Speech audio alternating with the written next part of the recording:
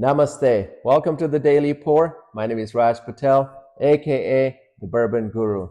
In today's episode, we have a great pour, the lineage from Jim Beam. But if you're going to talk about Jim Beam, we should talk about the recent announcement.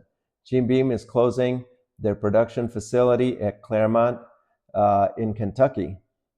This was a facility that was opened in 1935 and has been continuously running till January 1. So why did Jim Beam close the production? I'd like to address that because all the news media can talk about is it's due to Canadian tariffs. I don't think it's due to the Canadian tariffs. I want to talk about all the different things that are happening in the industry and really narrow down to what are those three issues that made Jim Beam make this decision. Now, good news, their bourbon's still aging there. They're bottling more bourbon, and the visitor center is open, so we can still go down there, get the experience, and buy their excellent bourbons. As we always do, we're going to acknowledge Jim Beam with its history first. After that, we'll do a taste. I'll give you my tasting notes, and then we'll continue with the different points of why I think the closure is not to do with tariffs, maybe a little bit, but there's three other points that I'd like to raise, which really points to what's really happening in the industry. I do have my notes here, which are also on the right, on my right side of the screen. So, in the mid 1700s, a German family, last name Beam or B-O-H-M, some call it B-O-E-H-M, moved to Pennsylvania. They settled down there. Eventually, they moved to Maryland.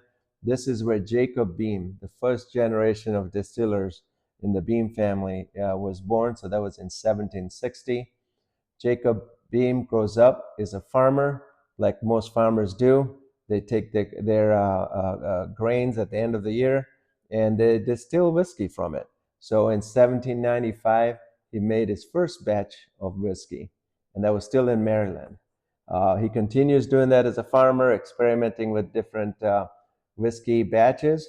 And then in 1854, he moves to Clermont, Kentucky. And that's where he starts his distillery. And that continues, obviously at that time, it wasn't called Jim Beam. It was called Old Tub. And that was a product that he released. They called it Old Tub. I might have to do some research on why he called it Old Tub. But then came Prohibition.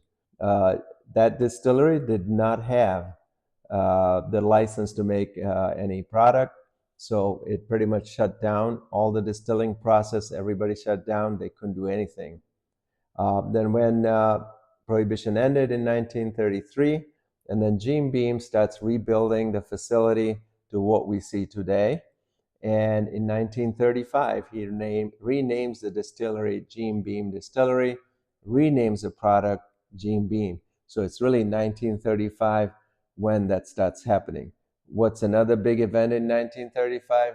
That was when Pappy Van Winkle establishes the Weller Distillery in the same year also. In 2014, Beam and Centauri, a Japanese company, combined becomes Beam Centauri, but it continues operating independently. The brand continues to thrive. And then in 2022, the 8th generation becomes a distiller. That was Freddie No. So Fred No and Freddie No combined together to produce this bourbon, which we're gonna take a pour from next.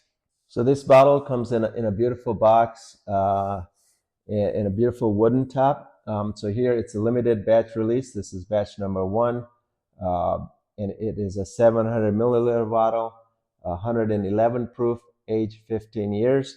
So this was if I read back there, it's a father and son collaboration with Fred No and Freddie No. So this carefully crafted bourbon has been a long time in the making. This limited release, created by master distiller Fred No with his son Freddie No, continues this tradition together. Fred and Freddie hand-selected this 15-year-old bourbon. So again, it's a great one. The other interesting thing, first time I've seen calories and carb information at the back. So calories 135, carb 0, protein 0, fat 0. So I think this is not going to hurt you health-wise, other than it just doesn't have any protein. But other than that, it doesn't have any carbs or fat. So let's give this a pour.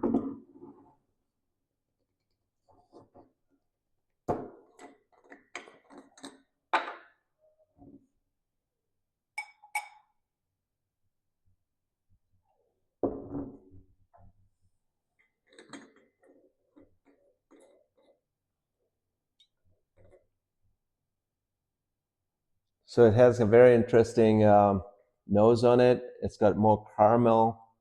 Uh, I'd say caramel and a little bit of chocolate. So very interesting.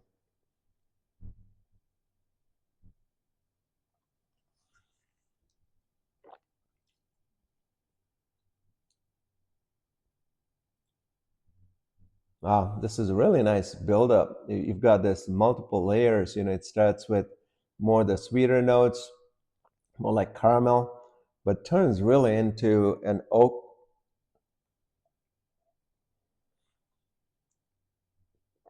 Yeah, so it goes from the caramel to oak, and then the back end you see a hint of fruit, but then quickly turns into cinnamon spice. It really doesn't have the burn for 111 proof. It's a great bourbon, great color on this. So definitely this is one that I will enjoy. If you can get your hands on it, its MSRP is about $250. I think you can still find it anywhere between 250 and say $400.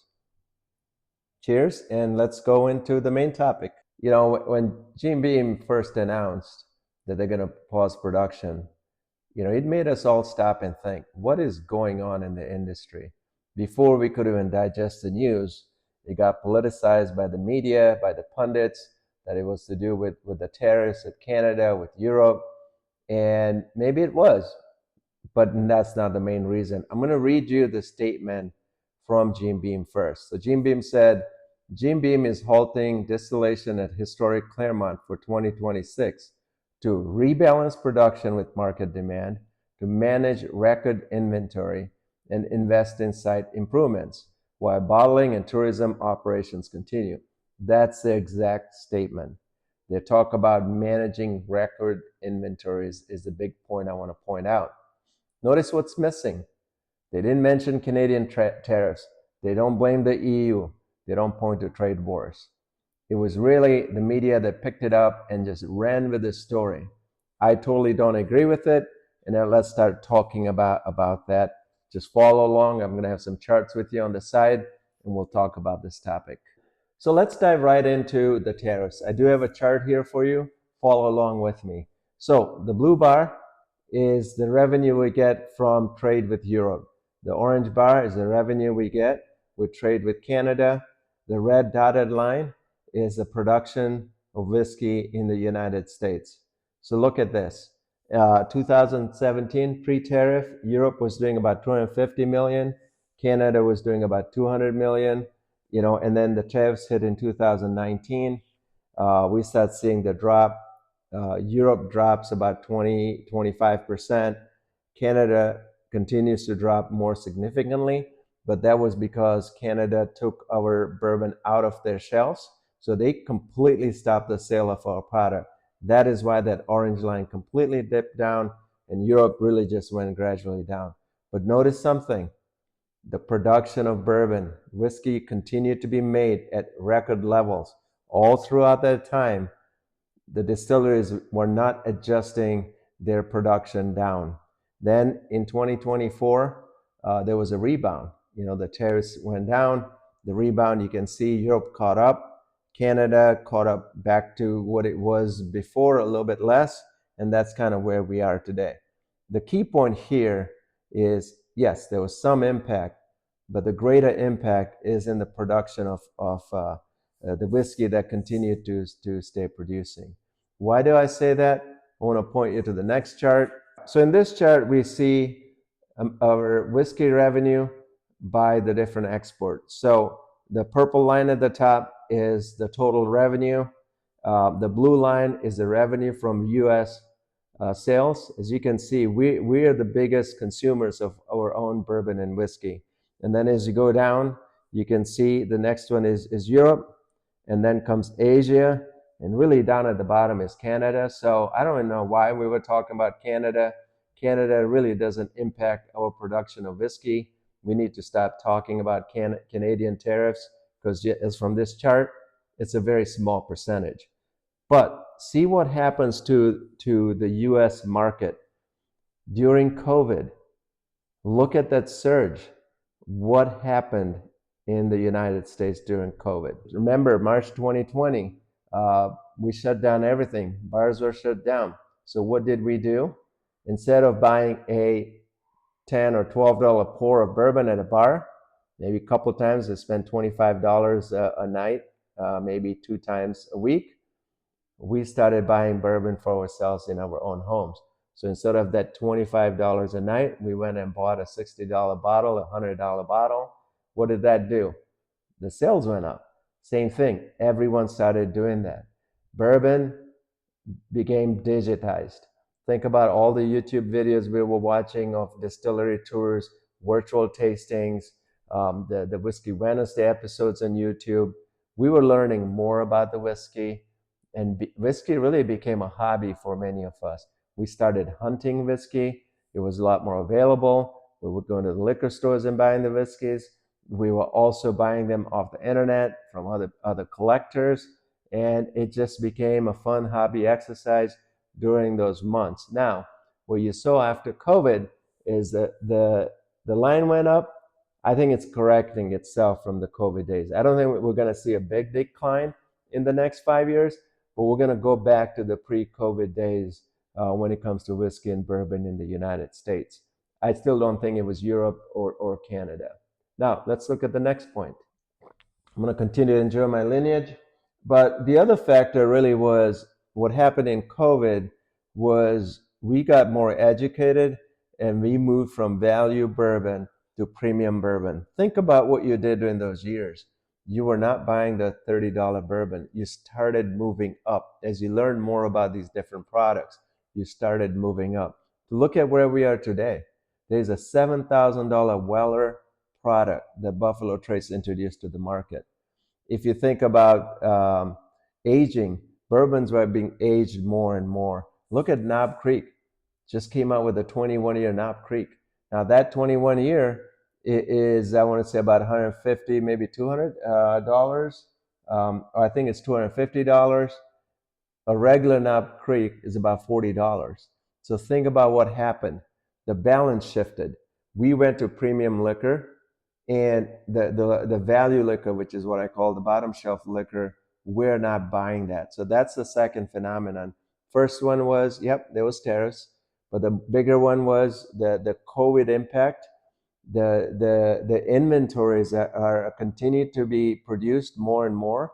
All the distillers, if you listen to them in 22, 23, they talked about significantly increasing production. And then we went to more premium bourbon. Now, let's talk about the next point. Who makes whiskey in the world? And you can see that chart over here. And I think the interesting thing, we know Europe, especially Scotland, Ireland, producing the Scotch whiskeys. You know, Asia, you got the Japanese whiskey. But one that was going to surprise you most is that red line. The red line is India. India is increasing its production of whiskey, and it will outgrow the US market. It's about to outgrow the European market in production of whiskey. So that's the threat. And what is India making? They're making the low value whiskeys. So how does that affect the US market? It doesn't, but it does affect the European market, the Asian market, and then emerging markets such as Africa. And so what's happening now is our distilleries are competing with the distilleries in India with the low value bourbon. And what I mean by that is, if you go to any country today, whether you go to Mexico, all the way to India, you go to any bar, you're going to find a Jim Beam bottle sitting there that you can drink when you're out there. Now that bottle is competing with whiskey made from India. Now, I want to raise another point over here, is if you look at MGP's third quarter financial release statements, they talk about the premium bourbon was up 3%, but the low value bourbon is down 15%. So that's, I think, what's happening in the industry. You've got the distillers that had increased, distilled more bourbon than anticipated as to where we are today. You had the shift from low value bourbon to premium bourbon, and now you have India that's producing a hell lot more of that low value bourbon. So why was it only Jim Beam closing their facilities? Just note, every distillery has reduced their production. They're seeing what's happening in the industry. So Jim Beam's not alone, but Jim Beam was the only one that said they're going to stop producing more bourbon at their biggest distillery. Now look at this chart. This chart shows you the orange is a premium bourbon and the blue is a low value bourbon. Jim Beam had the biggest low value production in all the distilleries in US. Now, that was their strength. That's how Jim Beam became a global brand. That's how he grew really fast. They're, I want to say, more than 26, 27 million barrels they've produced. But what was their strength now becomes a threat because they're sitting on all this inventory of low value bourbon. And you've got countries like India that are also producing that low value bourbon that will impact our global market. It's not going to impact US market. We're not going to switch to the low value Indian whiskey. I think we are going to continue drinking bourbon, but what have we done? We've moved up to the premium bourbon. So when you look at Jim Beam, why are they shutting the facilities? They don't need to produce more low value bourbon. Maybe they need to age it more and move it to premium bourbon market. And that's what all the distillers are doing. I don't think it's anything to do with trade. Tariffs, yeah, it does affect it a little, but it's more to do with these trends.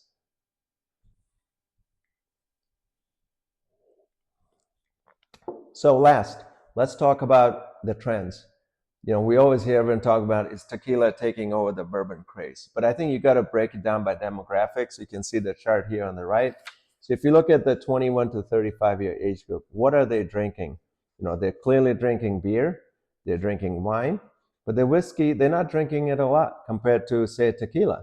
They're more in the tequila, vodka, beer, and wine. As the age group, we look at the next age group, 35 to 50, you see the wine and beer increases, and the whiskey is increasing a little bit. Tequila is going down a little bit. Then you get to kind of my age group, over 50 to 65, the whiskey increases, more wine is being drank, more, it's not more, it's just that the other groups are shrinking.